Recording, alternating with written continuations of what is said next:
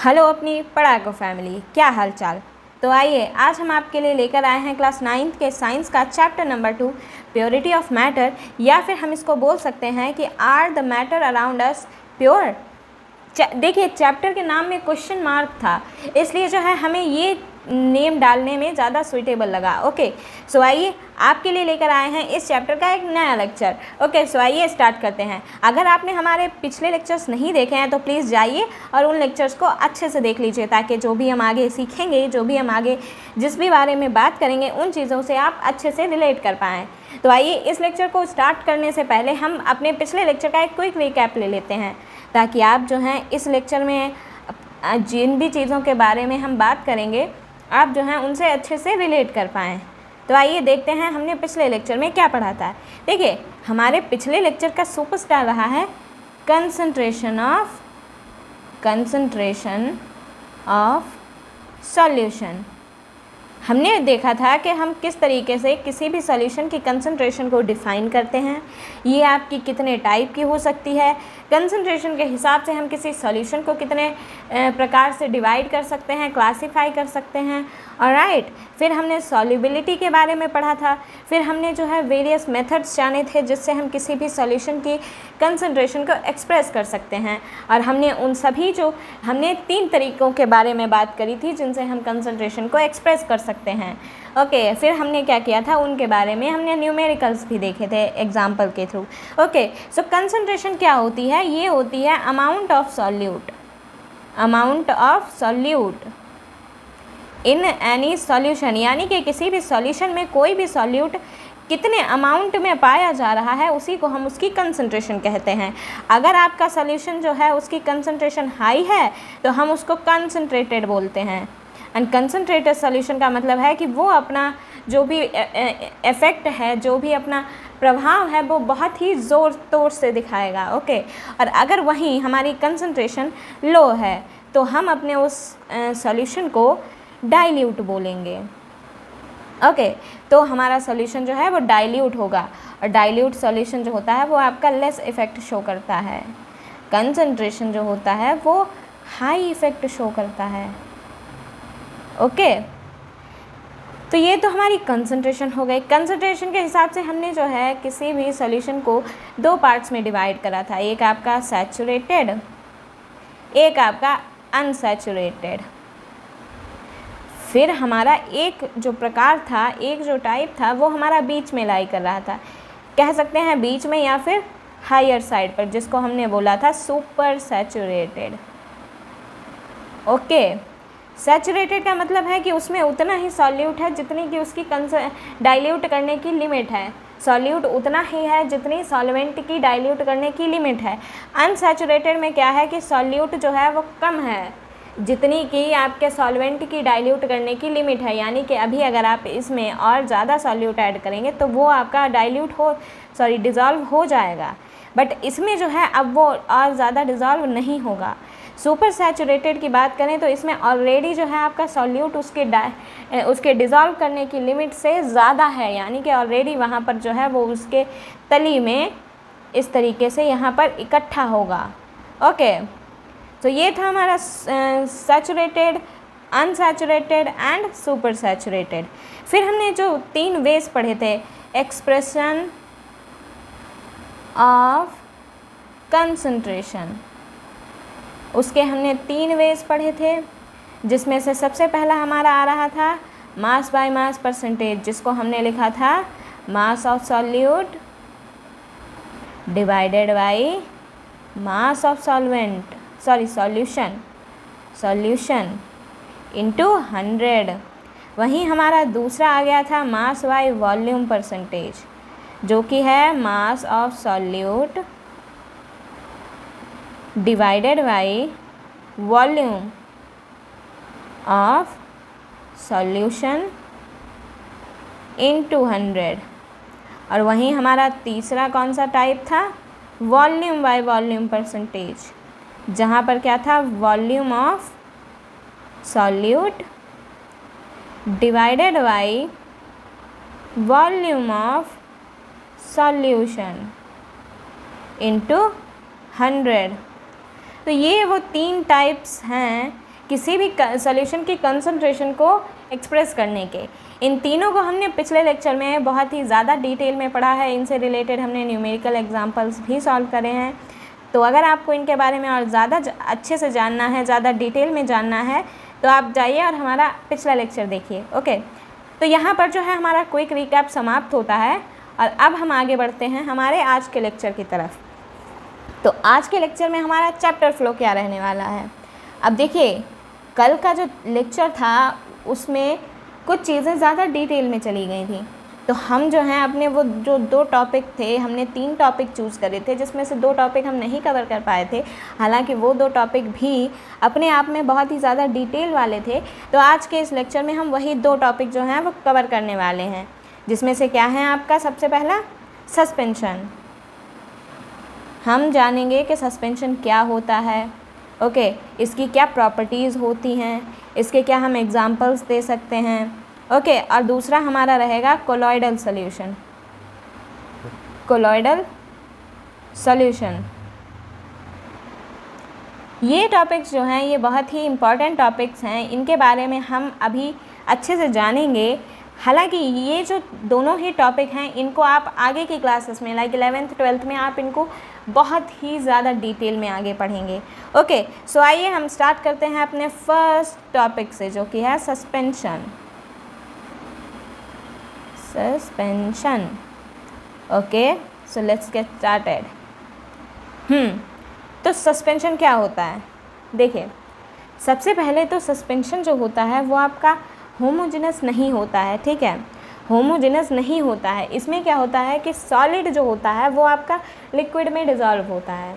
जैसे मैंने आपको एक एग्जांपल बताया था कि अगर हम पानी में बालू को घोल देते हैं तो बालू के पार्टिकल्स हमें दिखाई देते हैं आँखों से चलते हुए, और बालू क्या करती है, थोड़ी ही देर बाद आपकी उस पानी का जो ग्लास है उसकी तली में बैठ जाती है। ओके, तो आप जो है ये बालू वाले एग्जाम्पल को ऐसे ध्यान में रखें और इससे जो है हम फैक्ट्स निकालते जाएंगे सॉल्यूशन के बारे में। ओके, सो ये हमारा ग्लास है, इसमें ये वाटर है और हमने इसमें क्या करा, 1 टेबल स्पून सैंड यानी कि बालू इसमें घोल दी। ओके, अब ये बालू ने क्या किया, ये थोड़ी देर तो इसमें घुलती रही, चलती रही, बस थोड़ी ही देर में जो है ये यहाँ तली में बैठ गई इसकी। अब यहाँ पर जो है तली में बैठ गई। तो अब देखिए हम इसके बारे में कुछ फैक्ट्स देखते हैं और इसकी डेफिनेशन देखते हैं। तो सस्पेंशन जो होता है, अब देखिए यहाँ पर अगर देखा जाए तो यहाँ पर बालू जो है वो आपकी तली में बैठ गई, तो यहाँ पर जो है हाई कंपोजिशन है, हाई कंपोजिशन, और यहाँ पर क्या है, इसकी लो कंपोजिशन है, लो कंपोजिशन। तो क्या इसकी composition through out the solution same है? नहीं है ना, तो इसको हम नॉन होमोजेनस बोलेंगे, यानी कि हेट्रोजेनस। ये जो होता है आपका नॉन होमोजेनस मिक्सचर होता है, जिसमें अब बालू जो है, बालू को जब आप देखते हैं बालू का एक एक पार्टिकल तो वो सॉलिड होता है ना, ये सॉलिड है, ये आपका लिक्विड है।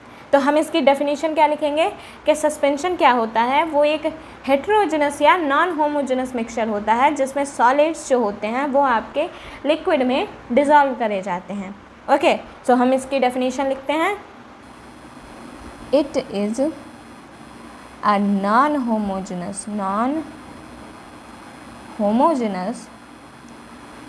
या हम ब्रैकेट में इसको हेट्रोजेनस भी बोल सकते हैं, heterogeneous mixture in which solids are dispersed into liquids। तो यहाँ पर इससे आपको जो है कुछ चीज़ें पता चल रही हैं सस्पेंशन के बारे में, दैट ये आपका हेट्रोजेनस होता है। इसमें जो सॉलिड्स होते हैं ये आपके क्या होते हैं ये बताइए। ये जो होते हैं, ये सॉलिड जो होते हैं ये आपके डिस्पर्स्ड फेज़ होती है, डिस्पर्स्ड फेज़ यानी कि इसको डिज़ोल्व किया जाता है। ओके, डिस्पर्स्ड फेज़ नहीं बोलेंगे इसको हम, सॉलिड जो होते हैं इसको हम सॉल्यूट बोलेंगे, एंड जो लिक्विड्स होते हैं इसको हम सॉल्वेंट बोलेंगे। Okay,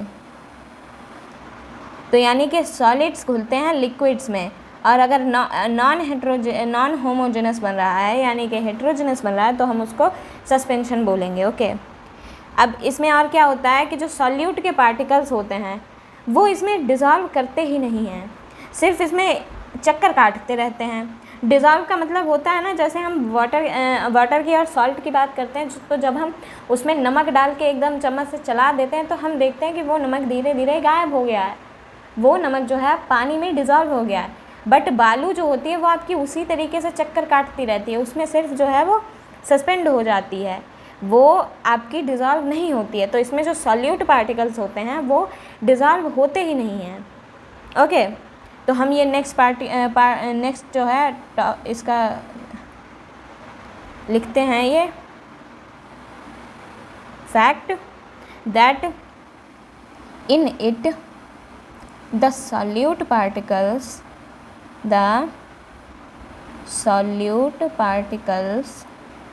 do not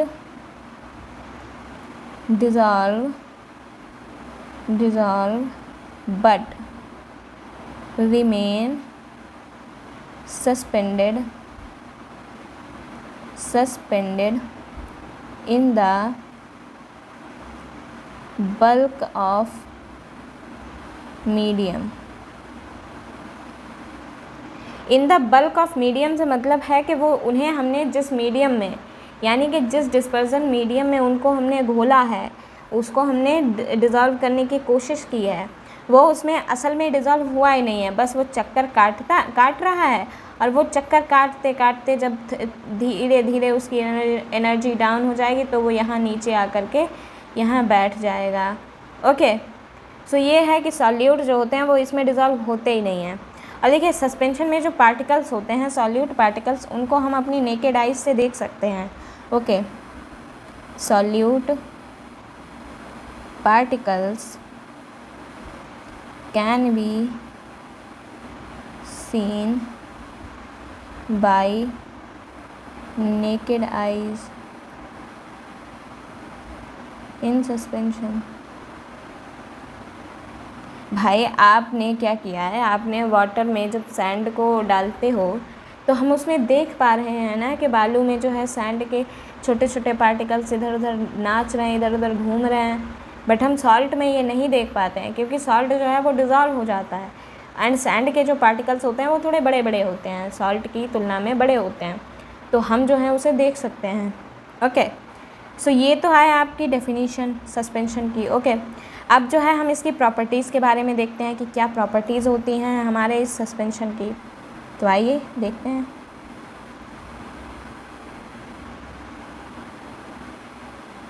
properties of suspension. Okay, सो देखिए अब सबसे पहली तो प्रॉपर्टी आपकी यही हो जाती है कि ये हेट्रोजेनस मिक्सचर होता है। तो सबसे पहले हम क्या लिखेंगे, suspensions are heterogeneous mixtures. Okay, फिर हम नेक्स्ट क्या लिखते हैं, कि पहला देखिए ये हेट्रोजेनस मिक्सचर हो गया, यानी कि मैं आपको बताती भी जाऊंगी कि हर प्रॉपर्टी का क्या मतलब होता है। ओके, हेट्रोजेनस का मतलब है कि इसमें जो सॉल्यूट पार्टिकल्स डिज़ोल्व किए गए हैं उनकी property through out the solution same नहीं रहती, कहीं पे ज़्यादा होते हैं कहीं पे कम होते हैं। जैसे सैंड को जब घोलते हैं तो सैंड में क्या होता है कि वो आपकी ऊपर नाचती रहती है बट धीरे धीरे जो है वो उसकी तली में, उसके बॉटम में जो है इकट्ठी होती रहती है। ओके, सो नीचे जो है आपकी उसकी कंपोजिशन हाई हो जाती है एंड ऊपर लो हो जाती है, तो जिस वजह से हम इसको हेट्रोजेनस मिक्सचर बोलेंगे। ओके, अब हम दूसरा क्या देखते हैं कि इसका जो साइज़ होता है, सॉल्यूट के जो पार्टिकल्स होते हैं उनका साइज़ बड़ा होता है, जिससे जो है हम उनको नेकेड आइज से देख सकते हैं। So the size of solute particles in it is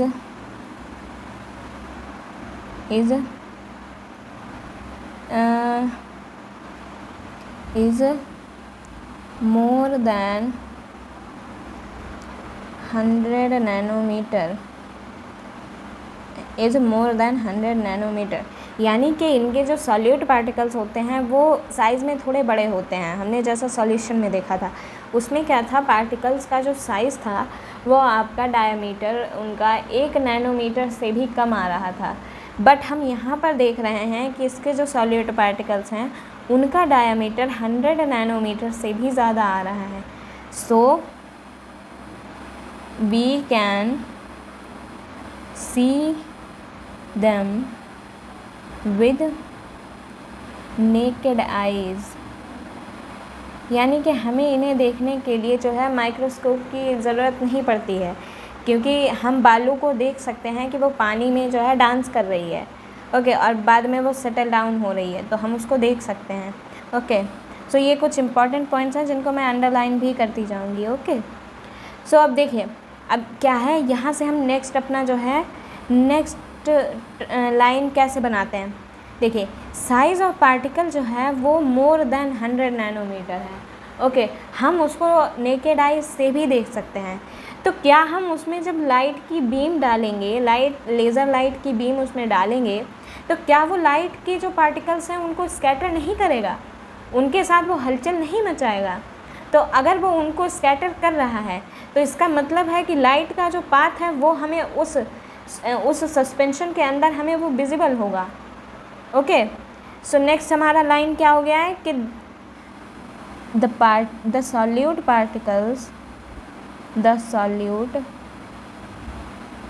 particles scatter the beam of light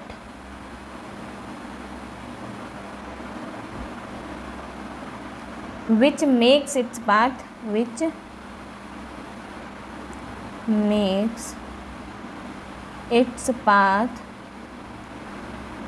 visible, यानी कि इस वजह से जो है हम उसमें से पाथ को देख सकते हैं। अब इसके लिए आपको एक एक्सपेरिमेंट आप घर पे देख सकते हैं। आपको क्या करना है, एक ग्लास लेना है, ओके। एक ग्लास जो है आप लीजिए, यहाँ पर बनाते हैं। एक ग्लास आपने लिया मान लीजिए, ठीक है। आपको क्या करना है, उसमें पानी भरना है, ठीक है, वाटर डालिए। और आपको उसमें ये नहीं है कि आप बहुत सारा उसमें पूरा दूध डाल रहे हो, नहीं। आपको क्या करना है, इसमें 4 to 5 ड्रॉप्स ऑफ मिल्क। आपको अगर आपने ग्लास को यहाँ तक भरा हुआ है तो आप क्या करेंगे, उसमें 4 to 5 ड्रॉप्स ऑफ मिल्क डालिए, ठीक है। फिर आप क्या करेंगे, इस साइड से जो है आप यहाँ से एक लेज़र लाइट की बीम इस वाटर के थ्रू डालेंगे। आप देखेंगे कि बीम यहाँ से इस तरीके से रिफ्लेक्शन सब कुछ दिखाते हुए इस तरीके से बाहर निकल रही है। यहाँ तक कि आपको अंदर का इसका ये पाथ भी विजिबल होगा, किस तरीके से वो यहाँ से जा रही है, ओके। आपको ये भी विजिबल होगा। तो ये जो है ये एक्सपेरिमेंट आप अपने घर पे कर सकते हैं, आप करके देखिएगा। आपको जो है लाइट की बीम है उसका आपको पाथ जो है इसके अंदर से विजिबल होगा, ऑलराइट। तो ठीक है, हम इसको हटाते हैं। आप अगर आपको क्यूरियोसिटी हो तो प्लीज़ आप करके देख सकते हैं, आपको दिख जाएगा, ओके, कि किस तरीके से जो है हमारी लाइट का पाथ जो है वो विजिबल हो जाता है, ओके। अब देखिए, मैंने आपको बताया था कि जब हम सैंड को उसमें डिज़ोल्व कर रहे हैं तो सैंड के पार्टिकल्स थोड़ी ही देर में जो है नीचे आपके सेटल डाउन हो जाते हैं। तो हमारा जो है नेक्स्ट लाइन हम क्या लिखेंगे, द सॉल्यूट पार्टिकल्स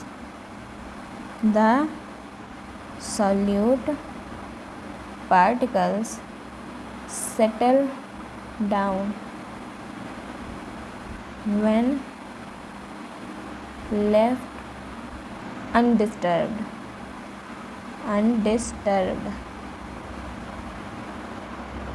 ओके। तो अब देखिए, ये जो हैं आपके जो सॉल्यूट पार्टिकल्स हैं वो सेटल डाउन क्यों कर रहे हैं, इसका भी रीज़न हम यहीं पर लिख लेते हैं। Because these are not stable, वो स्टेबल ही नहीं होते हैं। उनके जो सॉल्यूट एंड सॉल्वेंट के जो पार्टिकल्स होते हैं उनके बीच में जो है कोई लगाव, कोई बॉन्डिंग ही नहीं होती है। तो जहाँ सॉल्यूट को मौका मिलता है वो वहीं बैठ जाता है। ओके, तो यहाँ पर क्या है कि ये जब स्टेबल नहीं है। अब एक बात बताइए, जब कोई भी चीज़, मान लीजिए आपकी और आपके दोस्त की फ्रेंडशिप है, ओके, बट आप दोनों की फ्रेंडशिप बिल्कुल भी मतलब बहुत ही कच्ची टाइप की है कि अगर किसी तीसरे ने आकर के कुछ भी बोल दिया तो आपके बीच में झगड़ा शुरू हो जाएगा। तो अब एक बात बताइए, तो क्या किसी भी थर्ड पर्सन को आपकी फ्रेंडशिप को तोड़ने में ज़रा भी टाइम लगेगा? वो तो आपके आके आप दोनों में से किसी को भी कुछ भी बोल देगा, आप तो झगड़ने लग जाओगे और आपकी फ्रेंडशिप तो यूं ही टूट जाएगी। तो यही इसके साथ है, जब ये स्टेबल नहीं है और जब ये जहाँ भी इसे मौका मिलता है ये सेटल डाउन हो जाता है, तो इसको जो है, इसको सॉल्यूट को एंड सॉल्वेंट को हम आसानी से फिल्ट्रेशन के थ्रू ही अलग कर सकते हैं। इसके लिए हमें कोई ज़्यादा एफर्ट्स डालने की ज़रूरत ही नहीं है। सो नेक्स्ट पॉइंट हम क्या लिखेंगे अपना, that the solute and solvent can be separated from suspension through the process of filtration. The solute particles can be separated from the suspension through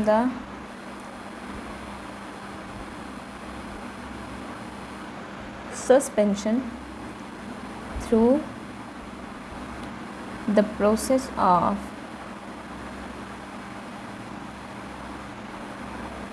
filtration। यानी कि इसको जो है हम आसानी से फिल्ट्रेशन के ही थ्रू जो है इसको हम अलग कर सकते हैं। ओके, अब देखिए क्या होता है कि जब आपके जो सॉल्यूट के पार्टिकल्स होते हैं वो आपके सेटल डाउन हो जाते हैं, तो सस्पेंशन जो होता है वो ऑलरेडी ब्रेक हो चुका होता है। तब क्या होता है, तब ये जो है लाइट को स्कैटर नहीं करता है। ओके, तो क्या हो, अब देखिए इसको जो है मैं आपको फिर से एक सही उसमें समझाती हूँ आसानी से। देखिए मैंने आपको बताया कि जब यहाँ पर क्या बताया था मैंने कि जहाँ सॉल्यूट ने देखा कि यहाँ पर मुझे पुश करने के लिए, इस फ्रेंडशिप में पुश करने के लिए कोई नहीं है। भाई आप जो ऊपर से उसको बराबर डिज़ोल्व करने के लिए बराबर चलाए जा रहे थे, वो तो अब आपने बंद कर दिया, आपने जो है ये बंद कर दिया। आप अब उसको नहीं बिल्कुल भी चला रहे हो, आपने उसको डिस्टर्ब करना छोड़ दिया। तो उसको मौका मिल गया, उसने कहा मैं भाई बैठ रहा हूँ, मुझसे नहीं हो रहा है।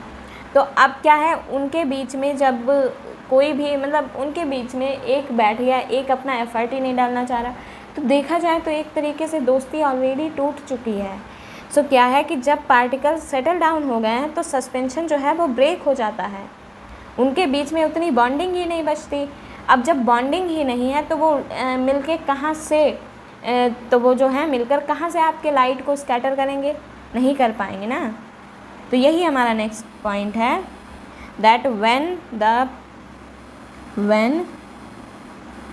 The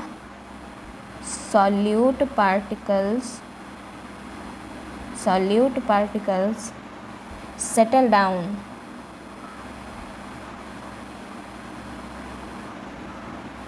the suspension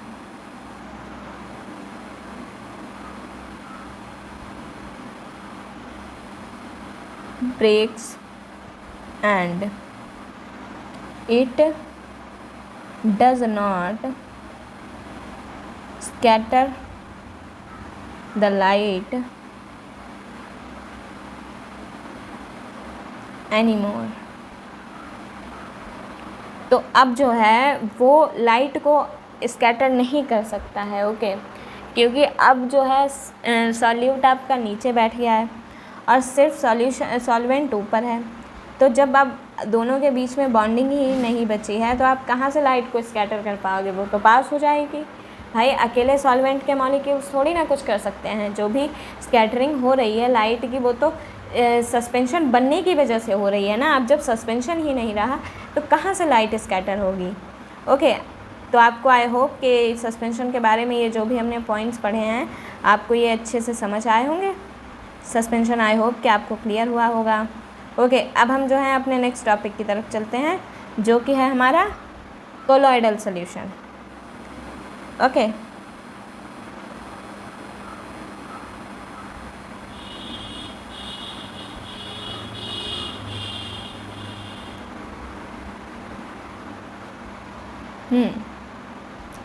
colour change करूँ क्या यहाँ से? चलो कर लेते हैं। Colloidal solution. अब कोलॉइडल सॉल्यूशन क्या होता है? देखिए, सॉल्यूशन जब हमने पढ़ा था तब हमने बोला था कि ये होमोजेनस होता है। सस्पेंशन जब हमने पढ़ा तो हमने बोला कि ये हेटेरोजेनस होता है। आप यूजुअली ये समझिए कि जो कोलॉइडल सॉल्यूशन होते हैं वो आपके सॉल्यूशन एंड सस्पेंशन के बीच में लाई करते हैं, यानी कि इनकी जो भी प्रॉपर्टीज़ होती हैं वो सॉल्यूशन एंड सस्पेंशन के बीच में लाई करती हैं। ओके, अब देखिए इसका जो है अलग ही झोल है। जहाँ आपका सॉल्यूशन होमोजेनस था और आपका सस्पेंशन हेटेरोजेनस था, वहाँ पर इसका क्या लफड़ा है कि ये आपको देखने में तो ये होमोजेनस लगेगा, बट ये एक्चुअली में ये हेटेरोजेनस होता है। ये आपको होमोजेनस इसलिए लगता है क्योंकि इसके जो पार्टिकल्स होते हैं उनका साइज़ थोड़ा स्मॉल पड़ जाता है। हाँ, तो साइज़ जो है इनका स्मॉल होने की वजह से जो है ये आप इसको देख के बोलेंगे कि ये तो होमोजेनस मिक्सचर लग रहा है, बट ये रियलिटी में एक हेटेरोजेनस मिक्सचर होता है। ओके, सो आइए इसके बारे में देखते हैं क्या क्या चीज़ें हैं हम पढ़ सकते हैं, जानते हैं। ओके, तो इट usually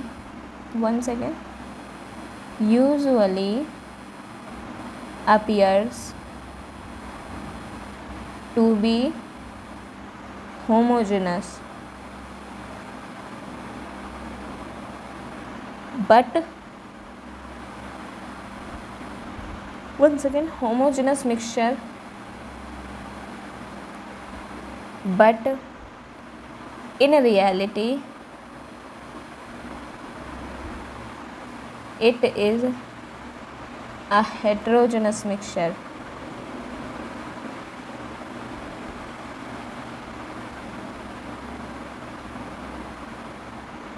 ओके, अब इसमें क्या होता है कि जो इसके कोलॉइड के जो पार्टिकल्स होते हैं वो uniformly spread through out the solution.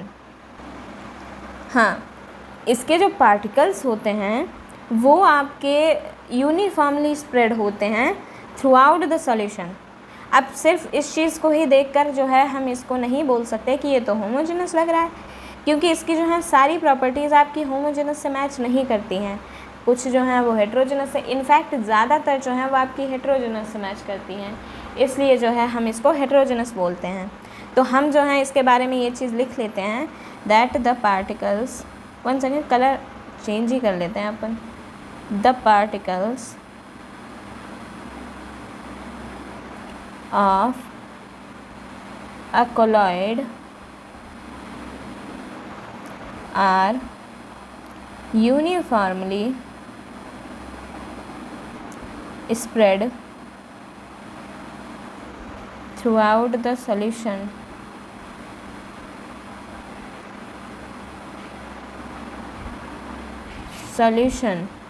Okay, इसका अगर हम एग्ज़ाम्पल देखें तो एग्ज़ाम्पल में हम क्या देखेंगे, जो कि मैंने अभी आपको ऊपर एक एक्सपेरिमेंट बताया था जिसके थ्रू आप लाइट के स्कैटरिंग को देख सकते हैं। जैसे कि हम क्या बोलेंगे, मिल्क जो है वो आपका एक तरीके का कोलॉइडल सॉल्यूशन है, जिसमें क्या होता है कि आपका मिल्क जो होता है ये आपका लिक्विड इन लिक्विड होता है। ओके, मिल्क हो गया आपका, यहाँ पर आप क्लाउड की बात कर लें, स्मोक की बात कर लें। ओके, ये सारे जो होते हैं ये आपके कोलॉइडल सॉल्यूशन होते हैं। ऑलराइट, तो ये जो है आपके कोलॉइडल सॉल्यूशन है जिसमें क्या होता है कि ये दिखता तो होमोजेनस है बट ये यूजुअली हेटेरोजेनस होता है। इसके जो पार्टिकल्स होते हैं वो यूनिफॉर्मली स्प्रेड होते हैं। एग्जाम्पल में हम मिल्क, क्लाउड, स्मोक इन सभी चीज़ों को ले सकते हैं। ओके, अब देखिए और क्या होता है कि हम जो है इसको अपनी नेकेड आइज से नहीं देख पाते हैं। ओके, कोलॉइड के जो सॉल्यूशंस होते हैं ये यूजुअली आपके स्मॉल इन साइज होते हैं। Solute particles are small so can't be seen by naked eyes. अब एक बात बताइए, आप डेली हमारे घर में दूध आता है, आप दूध पीते भी हैं, क्या आपने कभी मिल्क में पार्टिकल्स को देखा है? क्या आपने कभी भी मिल्क को ध्यान से देखने पर आपको दिखाई दिया है कि वो उसमें छोटे छोटे पार्टिकल्स हैं? नहीं ना, वो हमें लिक्विड फेज में ही बहता हुआ दिखाई देता है, जिसको हम यूज़ करते हैं। ओके, तो यही चीज़ है कि इसके जो पार्टिकल्स होते हैं वो स्मॉल होते हैं, उनको जो है हम नेकेड आइज से नहीं देख पाते हैं। ओके, अब क्या होता है कि ये क्या करते हैं, ये आपके बीम ऑफ लाइट को स्कैटर कर सकते हैं, क्योंकि ये जो होते हैं ये आपके स्मॉल तो होते हैं बट इतने भी स्मॉल नहीं होते हैं, ये आपके बीच में पड़ते हैं। सॉल्यूशन एंड सस्पेंशन के जो साइज़ होते हैं पार्टिकल्स के, उनके बीच में पड़ते हैं इनका साइज़। ओके, तो ये क्या करते हैं, ये एक प्रॉपर्टी शो करते हैं जिसको हम टिंडल इफ़ेक्ट बोलते हैं। इसके बारे में देखते हैं, टिंडल इफ़ेक्ट के बारे में। टिंडल इफ़ेक्ट ये जो है ये इनकी एक स्पेशलिटी है, कोलॉइडल सॉल्यूशंस की ये एक स्पेशलिटी है। तो जाइए देखते हैं कि ये क्या होता है टिंडल इफ़ेक्ट। टिंडल इफ़ेक्ट क्या होता है कि scattering of beam of light. Okay, Tyndall effect है, it is the process of scattering of light. Okay, यानी कि जो हमारे कोलॉइडल सॉल्यूशंस होते हैं उसके पार्टिकल्स अपने साइज़ में इतने बड़े तो होते हैं कि वो आपके टिंडल इफ़ेक्ट को शो कर सकें। अब जहाँ पर देखिए, ये एक चीज़ मैं आपको एक्स्ट्रा बताना चाहूँगी कि ये जहाँ पर ये जो टिंडल वर्ड है, ये जो है आपका साइंटिस्ट के नेम से जुड़ा हुआ है, जिसने जिन साइंटिस्ट ने इस इफ़ेक्ट की खोज करी थी। जहाँ पर टिंडल वर्ड क्या है, नेम ऑफ साइंटिस्ट है, टिंडल साइंटिस्ट थे टिंडल नाम के, उन्होंने ही जो है इसकी डिस्कवरी करी थी। ओके, अब देखिए, अगर हमें टिंडल इफ़ेक्ट देखना है तो हम किस तरीके से देख सकते हैं इसको, इसके बारे में बात करते हैं। अगर आपको टिंडल इफ़ेक्ट देखना है तो हम कैसे देख सकते हैं, जैसे हमारे पास एक बिल्कुल बंद रूम है। ओके, बिल्कुल बंद कमरा है जिसमें कहीं पर वॉल में ऊपर की साइड कहीं पर एक छोटा सा होल हो। ओके, और उस होल से जो है लाइट की जो रे है, लाइट की जो बीम है वो एकदम इंटर कर रही है। तो अब एक बात बताइए, जो हमारा रूम होता है वो खाली रूम है, तो उसमें जो हवा है उसमें आपके जो धूल है, जो मिट्टी है, उसके जो पार्टिकल्स होते हैं वो आपके स्कैटर करते रहते हैं, राइट। तो क्या होता है कि जैसे ही वो आपकी जो लाइट की रे होती है वो जैसे ही आपकी अंदर इंटर करती है, तो जो धूल के पार्टिकल्स होते हैं वो उसको स्कैटर कर देते हैं, जिसकी वजह से जो है हमें उसका पाथ बिल्कुल विजिबल होता है। आपने देखा होगा ना कभी, तो जैसे मान लीजिए ये आपका रूम है, यहाँ से कभी देखिए यहाँ पर होल हो तो आपको ऐसे दिखाई देगा कि लाइट जो है, लाइट की रे जो है वो आ रही है इस तरीके से।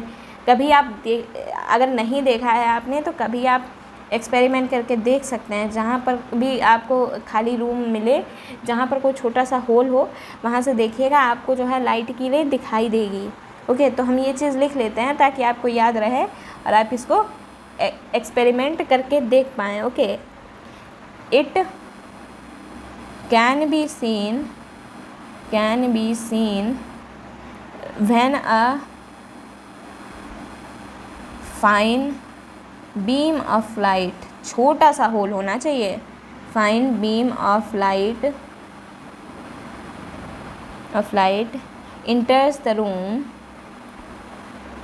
enters the room through a small hole. Okay, small hole. अब हम इसको जो है नेक्स्ट उसमें लिखते हैं बचा हुआ, द लाइट पार्टिकल्स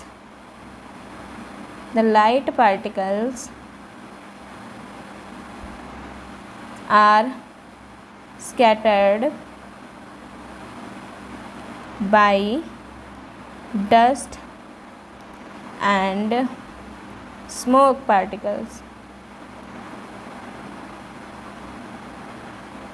यानी कि जो मिट्टी या धुआं अगर रूम में प्रेजेंट है तो उसके जो पार्टिकल्स होते हैं वो आपकी रे ऑफ लाइट को जो है उसके पार्टिकल्स को स्कैटर कर देते हैं, जिससे क्या है कि आप जो है जो भी लाइट वहाँ पर आ रही है, इंटर कर रही है, उसको जो है आप एकदम देख सकते हैं उसके पाथ को, कि लाइट जो है यहाँ से आ रही है, इस पाथ के थ्रू यहाँ पे जा रही है। आप जो है उसको पूरा क्लियरली देख पाएंगे, वो आपको विजिबल होगा।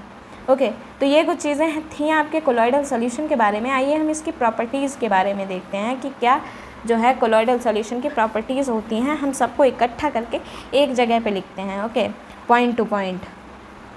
सो आइए देखते हैं properties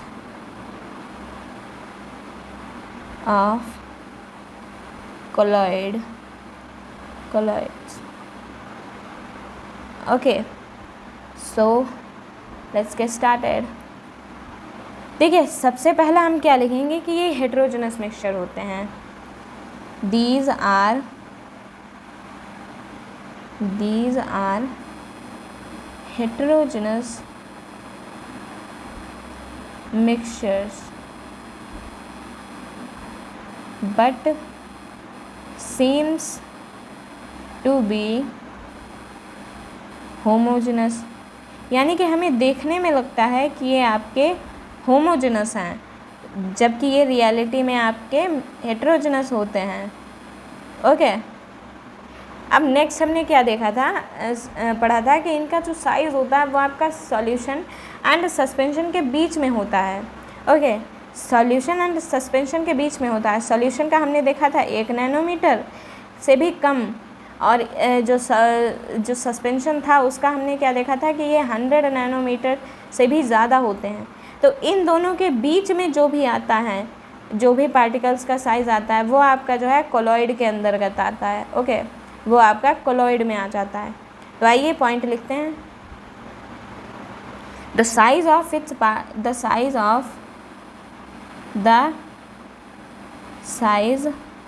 of solute particles is, one second, solute particles lie between 1 nanometer to 100 nanometer। Okay, सो अब हम थर्ड पॉइंट क्या लिखेंगे कि ये छोटे तो होते हैं बट हम इनको जो है नेकेड आइज से देख नहीं पाते हैं। भाई ये छोटे होते हैं, सॉल्यूशन से ये बड़े होते हैं, सस्पेंशन से छोटे होते हैं, बट हम इनको जो है नेकेड आइज से नहीं देख सकते हैं। The solute particles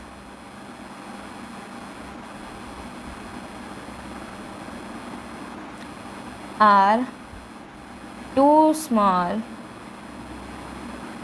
to be seen by naked eyes। हम इनको जो है नेकेड आइज से नहीं देख पाते हैं, लेकिन ये इतने बड़े भी होते हैं कि ये जो है लाइट की जो बीम है उसको स्कैटर कर पाते हैं। यानी कि ये छोटे भी हैं कि हम इनको अपनी आँखों से नहीं देख पा रहे हैं, लेकिन ये बड़े भी हैं कि ये जो है लाइट की बीम को स्कैटर कर पा रहे हैं। So the particles are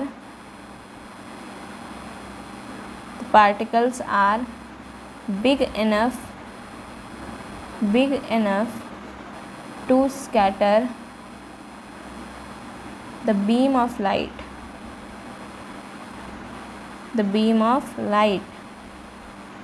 okay, अब नेक्स्ट क्या है, देखिए कोलॉइडल सॉल्यूशन जो होते हैं ये बहुत ही ज़्यादा स्टेबल होते हैं। ठीक है, ये जो हैं सेटल डाउन नहीं करते हैं इसके सॉल्यूट के पार्टिकल्स। ओके, सो नेक्स्ट हम क्या लिखेंगे, द सॉल्यूट पार्टिकल्स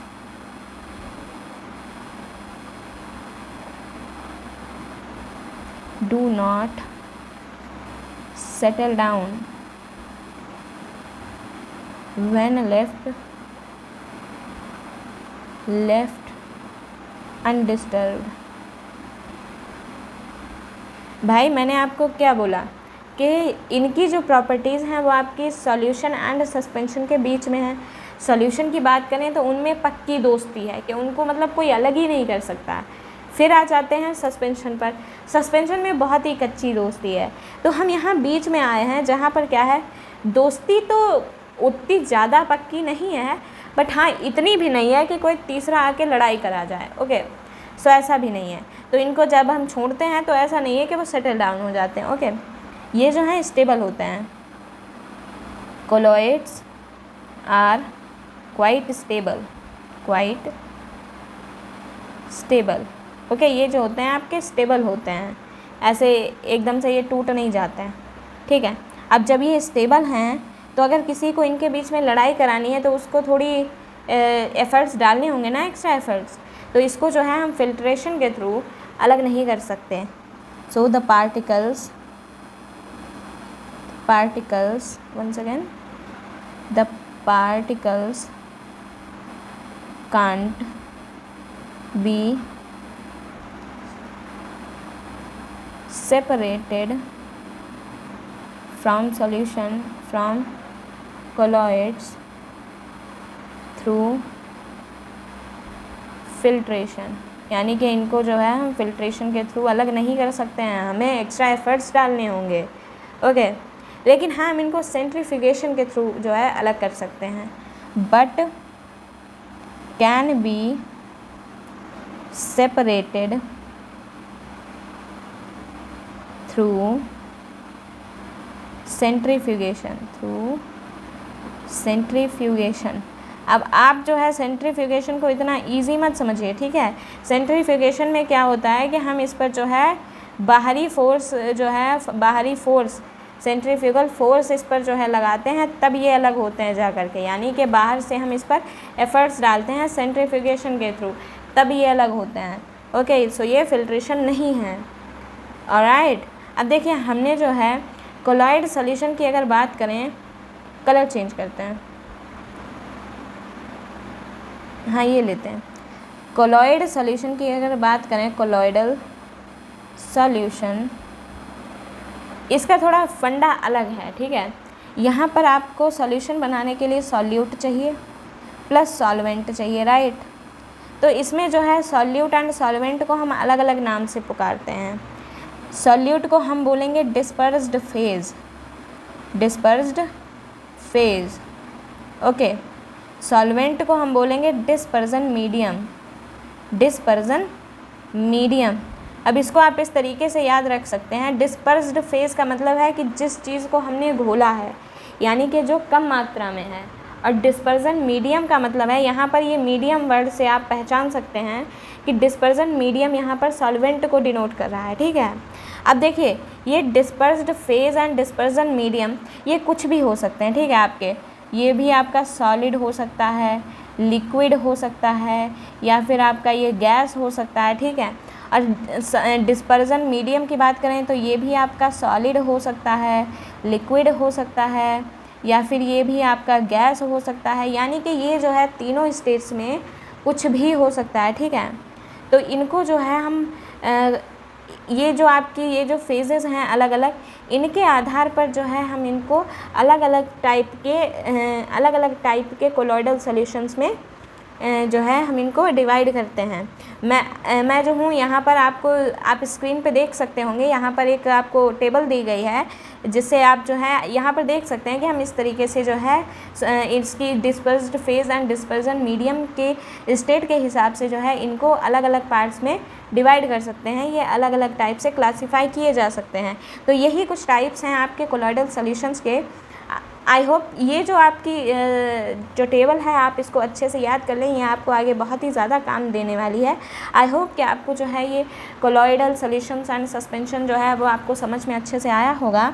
अगर आपको इस लेक्चर से कुछ नया मिला है जानने के लिए, कुछ अच्छा आपने सीखा है यहाँ से, तो प्लीज़ वीडियो को लाइक एंड शेयर ज़रूर करें। हमारे चैनल ग्लोबल गोल्ड्स को सब्सक्राइब ज़रूर करें। एंड या लेक्चर देखने के लिए thank you very much. Okay, bye.